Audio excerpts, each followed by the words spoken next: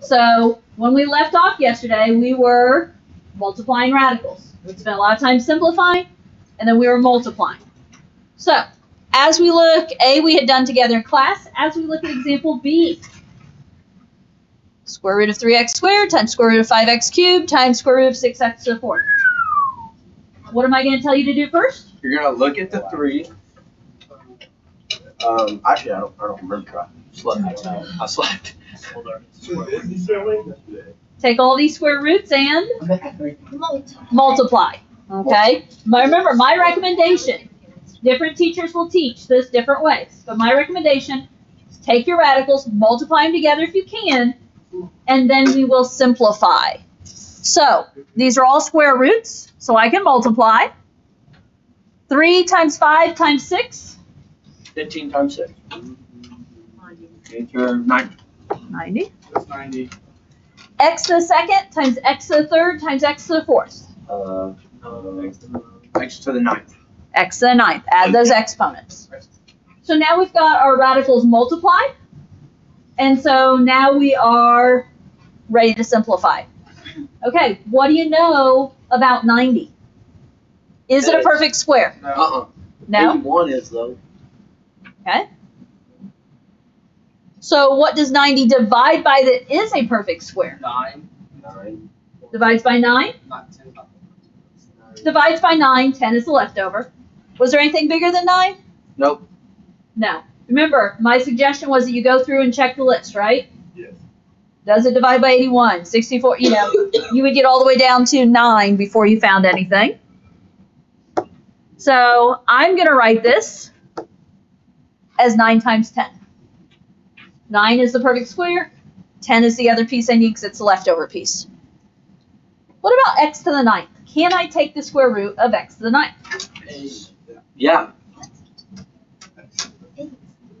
30, right? 8. How do I take square roots of exponents? You divide by... Oh, you divided by 2. Okay, so does 9 divide by 2? No. No. Closest number below 9 that divides by 2 is the 8. So he wasn't saying it exactly in the right spot, but I know where the 8's coming from, yes? Okay, so we're going to take x to the 9th, and we're going to break it into x to the 8th and the leftover x to the 1st. You don't just change it to 8. There's 8 and 1 there. Okay, what is the square root of 9? 3. So that 3 goes On the outside. outside. What is the square root of 10? Square root 10. Stays. It's a decimal, so it's going to stay under the square root. 4. What is the square root of x to the 8th? X4. And why x4? Because it's divided by 2. Divided by whatever the square is. Okay. This is a square root. Yep.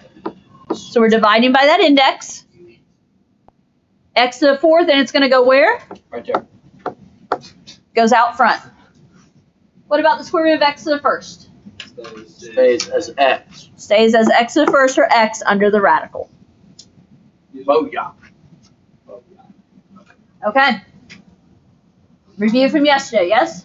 Yep. Yeah. This one looks easier. Okay. C. The 5th root of 16 times the 5th root of 8. Multiply them together. Okay. Can I multiply them together? Yes. Yep. It's a 5th root times a 5th root. So yes, we can multiply them together into a single 5th root. 128. 16 times 8 is 128. 4. Okay. What are you doing? It's 32. Hey. Thank you. Okay, so the question becomes, is 128 a perfect fifth? Yes. No, 128 is not on my list. So 128 is not a 5th root. But can 128 divide by a perfect fifth? 128. 128 divides by Absolutely. 32, which is on my 5th root list. Wait a minute. So 32. So 128 divides by 32, and it's 32 times what? 4. 4. Boom. We picked 32 because it is a Perfect. perfect fifth. Yeah. Okay, it's not a perfect square, it's a perfect fit. Yes, ma'am. So now, what is the fifth root of 32? 2. 2. It's 2. Remember that top number on my blue paper is always 2. And what is the fifth root of 4? 4. It just stays in there. It stays fifth root of 4. On Savas, you'll have to make sure to get that fifth root in there or they'll count you wrong.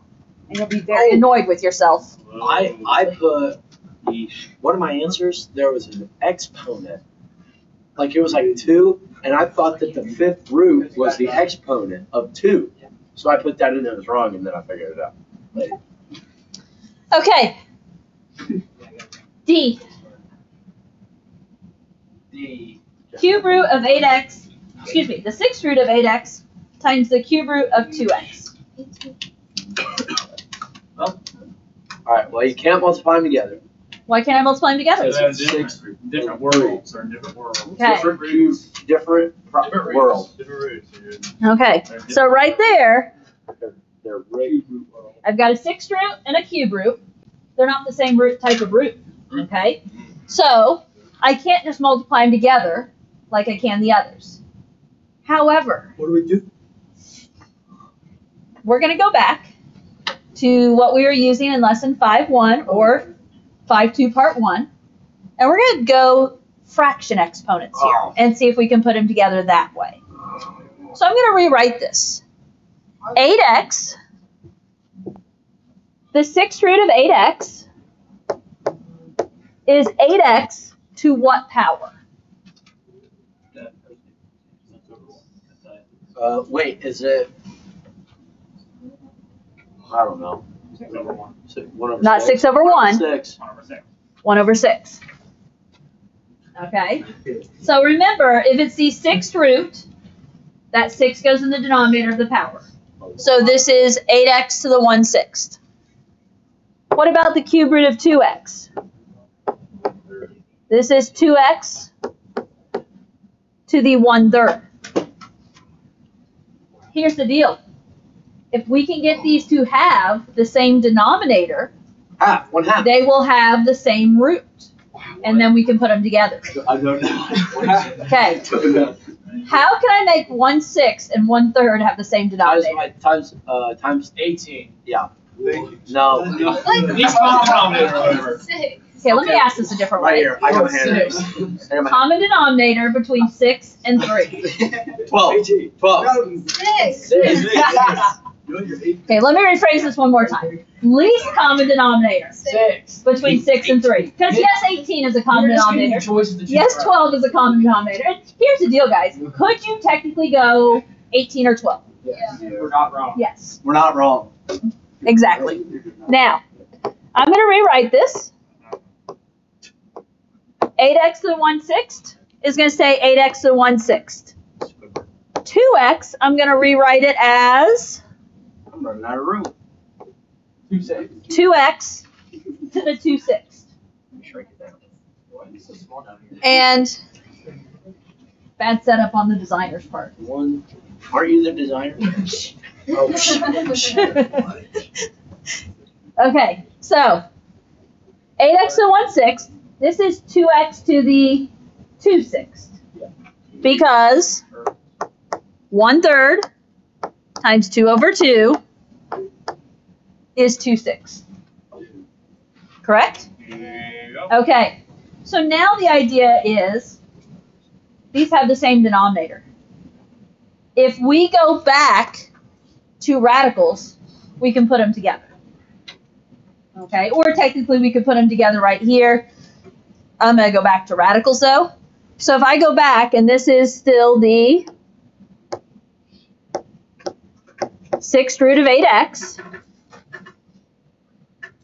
2x to the 2/6 is going to be the sixth root of what? Wait. 2x quantity squared.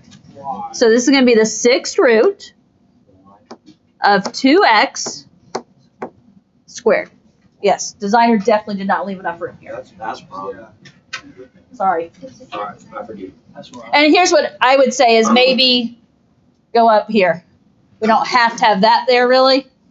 Go up here and work side by side maybe. Yes, ma'am. I don't know. Trust me. I had issues when I filled out my answer key too. Okay. Now, before we multiply these together, what is 2x quantity squared? 4x.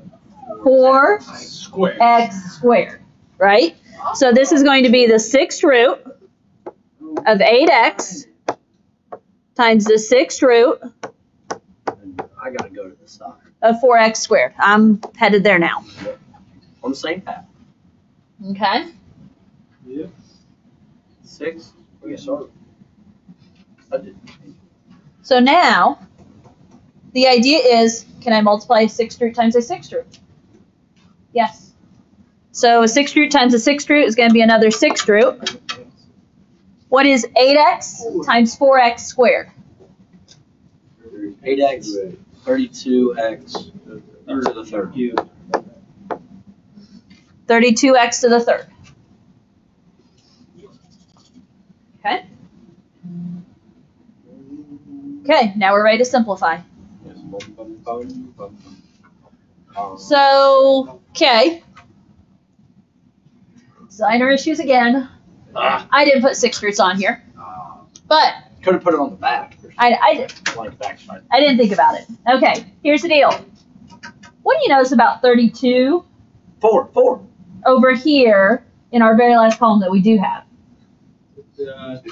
Well, It's a perfect fit, isn't it? Yes. So if 32 is a perfect fifth, is there a perfect sixth in 32? oh, No, because it has the smallest fifth root it could. And so there's not going to be a sixth root. Can I do the sixth root of x to the third? Nope. No, because there's only 3 x's and I would need 6 of them. So actually, I should have looked at this differently. Oh. I didn't need to go up there because that's final answer. Wow. Okay. Now, we get a repeat option on E to try this process again and see if it goes a little smoother this time. Am I gonna run it? Go ahead, pack your stuff. Okay. E. Can I multiply as is? No. No, I meant no. No, because I have a fourth root and a square root. So, and you will find different workarounds, maybe different shortcuts. But for what I'm going to say is we're going to change it to a fourth root. So, whoops. Or, excuse me, 27x squared. I'm going to rewrite as the fourth root is the what power? 1/4 power. Boom. The square root of 3x can be rewritten as 3x to the 1/2 power. But how do I make 1/4 and 1/2 have the same denominator? We know 1/2 is Okay. 2/4. Enough of my 2d2 over there. Over 4 times. Okay, so 1/2 and 1/4 have a common denominator of 4. 1/4, or excuse me, 1/2 becomes 2/4. Sure does. And now we can put them back together. Or Okay, wait. I've been going radical form and then I'll put them together. Yes. So we You could put them together here. 3/4 with the fraction. Perfect. No, because, and this is why I'm going radical form. It'll just be easier to go radical form because the bases aren't the same. Yeah, okay. Yeah, right. So this is why we're going to go back to radical form. Okay, so we're going to say the fourth root of 27x squared. Now, what's this one? This is the fourth root of what? Wait, 4th root of 3? Of 3x quantity squared. Because when I change that radical from a square root to a fourth root, I also had to square the piece there. Boom. I'm done. So, this is the fourth root of 27x squared times the fourth root. What is 3x quantity squared? 9. Square root thing. 9x squared. Alright, oh wait. No. Now I have a fourth root times a fourth root, so we're going to multiply together. 81, x4, and then it's Whoa, whoa, whoa. What's 9 times 27? 81. 9. Oh, I did that wrong. That sounds better. Now, I think those of you that came up with 81 forgot to square your 3. That's what I did. And I wrote Okay? it in pen. Gosh, I'm so mad. I was so confident in my final. That's exactly Okay, why. so If you're gonna work in it, you better be confident. I was confident. Alright. listen, gentlemen. Gentlemen. So 27 times, it needs to be a 9 here, is 243. X to the second times x to the second is x to the fourth. That big dummy. Okay, go ahead Now. and dress. I'll see your mom. 243. Is it a perfect fourth root? No. Does it divide by, your choices are 81 or 16? Yes. Yep. I understand. Yes. What's 243 divide by? 81. So I can rewrite this. 243 is 81 times 3. Will I be able to take the fourth root of x to the fourth? Oh my god, I am so off. Yeah, it's just X, right? Oh my god. I will be able to take the fourth root of x to the fourth because I'll be able to divide by 4. So I don't need to break that up. Okay. What is the fourth root of 81? 3. What is the fourth root of 3? There's not. No sense. It's fourth root of 3 still. What is the fourth root of x to the fourth? X. Because 4 divided by 4 is going to make that x to the first. Boom. Shakalaka. So you have 3x times the fourth root of 3. Yep. Got that right.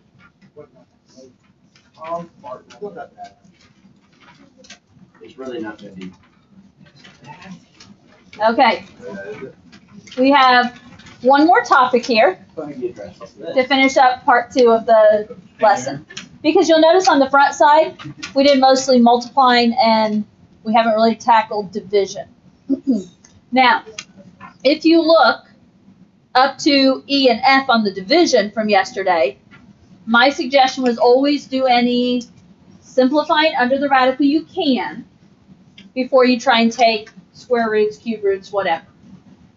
Okay, that rule is still going to hold. The key is the ones here on the back, we're going to have to work with them a little bit more to make it happen. So, the idea we're going to talk about is rationalizing the denominator. Because there is a general concept in math, kind of like, okay, fractions. What are you supposed to do with fractions? You're always supposed to reduce them, simplify them, right? Okay, well, when we talk about radicals, so square roots, cube roots, fifth roots, whatever, the concept here is that you never leave a radical in the denominator. Or you never leave a fraction under a radical, because that would have radical in the denominator. So with that in mind, no radicals to be left in the denominator. We're going to look at how to eliminate radicals, and we're going to rationalize the denominator. So, as we look at A, square root of 7x over 5y. First question, just like yesterday, does 7x over 5y reduce in any way? No. No. 7 and 5 don't reduce. We have x on top, y on bottom. That doesn't reduce. So we're kind of stuck there. Are there any square roots or anything I could take there? No. No, no square roots I could take. I should have thrown one in where we could, but. So, we're at the point where we need to rationalize. And first thing I want you to think about is that this can be written of the idea square root of 7x over square root of 5y. Okay, that's just an equivalent way to write it that I want you to be familiar with. But here's the idea, guys. I have a square root in the denominator. I need to get rid of it. So my question to you is, how can we make 5y a perfect square? What can you multiply 5y by Five. that'll make it a perfect square? 5. 5 and 10. y. Oh, 5. So notice, what are we multiplying it by? By itself in this case, which is a common technique for square roots. But if we want to make this a perfect square, 5 times what would be a perfect square? Well, 5 times 5. Right now I have y to the first. How many y's do we need to be a perfect square? We need 2. And so we are going to multiply this by square root of 5y. If I multiply that by square root of 5y, what do you think I'm going to say here? Multiply the top by square root of 5y. Okay?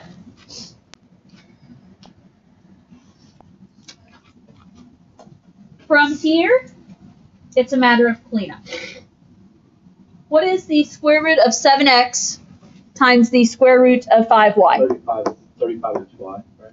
On top, square root of 35xy. What is the square root of 5y times the square root of 5y? 5. 5. Should just be 5. Okay, so there's a couple different ways I can do this. Because we're just beginning, I'm going to take it basic for a moment. You can skip this step on your own if you want. I can look at the fact that square root of 5y times square root of 5y is the square root of 25 y to the second, correct? Some of you are simplifying as you go. That's fine. I'm not saying you can't. But there's also some confusion. So 5y times 5y is 25y to the second. Remember to add your exponents there, right? But now, can we simplify that denominator? Right. We know the square root of 25, yes? Mm-hmm. We can take the square root of y squared. And so that's what we're going to do here. Now, while I'm here real quick, can I take the square root of anything on top? Square root of 35, can I do that? No. Are there any perfect squares in 35? No. No, 35 is just 5 times 7. Okay. X and y, can I take the square root of either of those? No. No, they're just to the first. So my numerator is going to say square root of 35xy. Denominator. 5y. Square root of 25 is 5. Square root of y to the second is y to the first. Booyah. And officially the question always is, can I go any farther? No. Well, you could cancel your y's. But can I? No, it's just XY. No. No, because it's square root, right? Okay. So valid question that we need to talk about is, can I cancel the y's? Or can I divide by 5 here? And the reason for both of this, top y is under a square root, bottom y is not. I cannot cancel those y's. Can I divide 35 and 5 by 5? 35. For the same reason, no, because 35 is where? Under a radical. 5 is not under a radical. When you're simplifying, they either have to both be under the radical or neither be under the radical. So we are actually done right there. Just like that. Okay. B. What do you notice about B? Cube. Okay. We're going to cube root world. Cube root. With cube roots, the cube root of 2n over 9m. First of all, does that fraction reduce at all? Oh. 2 over 9, n over m, similar to the last one, no reducing up front. Are there any perfect cube roots right now in that problem? No. Can't do the cube root of 2. I can't do the cube root of 9. Okay. So, the question becomes, what do we multiply by that we're going to make a perfect cube in that denominator? Because here's the deal. I want to be able to take the cube root of 9m. Now, you have to think a little differently here. Here's what I would do. Look on your list. 9 times what is some perfect cube? And there's 2 different ways we could do this. What? 3m squared. Okay. So if we just talk about the numbers now, there's a 9. 9 times 3 gives us what? 27. Why would 27 be good? Is it on my blue paper? Is it in my cube list? So this would be one way to do it. Okay. The other way, Aaron, focus. The other way is there's 1 9 right now. How do you get a perfect cube? You multiply by how many more 9s would you need? 3. Well, you need a total of 3, so you need 2 more 9s. So we can go one of 2 ways here. I can multiply 9 by 3 and get 27. Or I can multiply 9 times 9 times 9. And then you're getting a bigger number. You're getting 729. I personally prefer to stay small. Okay? So my recommendation here is that we multiply by 3. We have 1m. How many more do you need to make a perfect cube?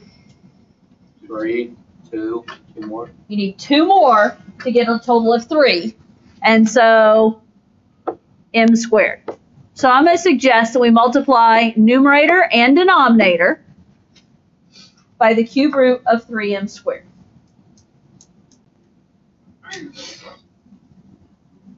Okay, let's multiply this. In the numerator, cube root of 2n times cube root of 3m squared. 2 times 3 is 6. I'm going to say m squared times n. Just because my brain works alphabetically. Oh, 27. Okay. Denominator. 9 times 3. It's going to be cube root of 27. M times m squared is m to the third. So I have the cube root of 27 m to the third. What did I create in the denominator? Perfect cube. So don't try and simplify your numerator and denominator. That's going to get you into trouble. We created a perfect cube in the denominator. Okay. Now, numerator, are there any perfect cubes I can work with here? I wish I would have put some in there, honestly, but I didn't. It didn't happen. So I can't do the cube root of 6. That's smaller than 8, so there's no perfect cube there. Oh, dang. I only have 2 m's. I only have 1 n. So my numerator stays cube root of 6 m squared n. Denominator. Cube root of 27? 3. Oh, who's phone? I think it's probably my iPad, honestly. Cube root of m to the third. Yes. Cube root of m to the third. N? Because you're doing 3 divided by 3. Okay. Am I simplifying farther? Oh.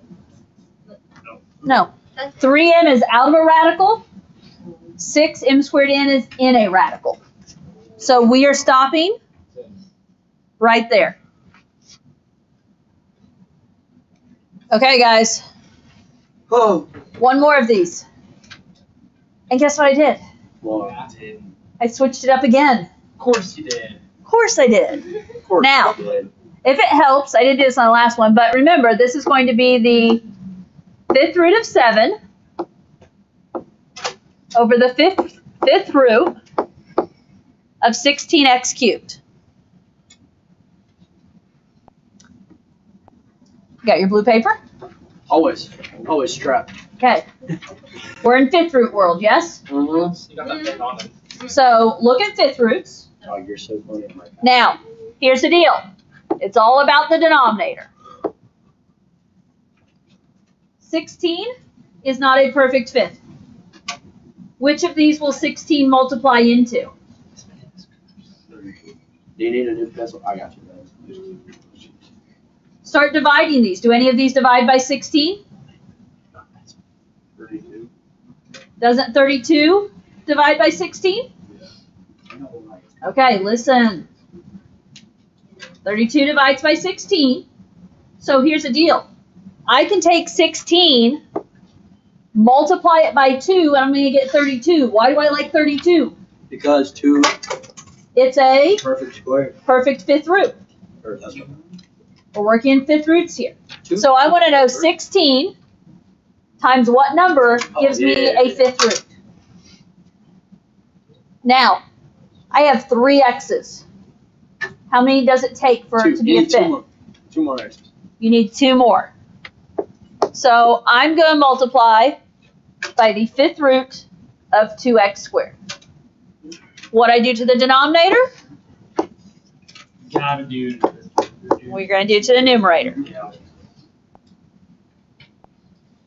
Now, okay, numerator.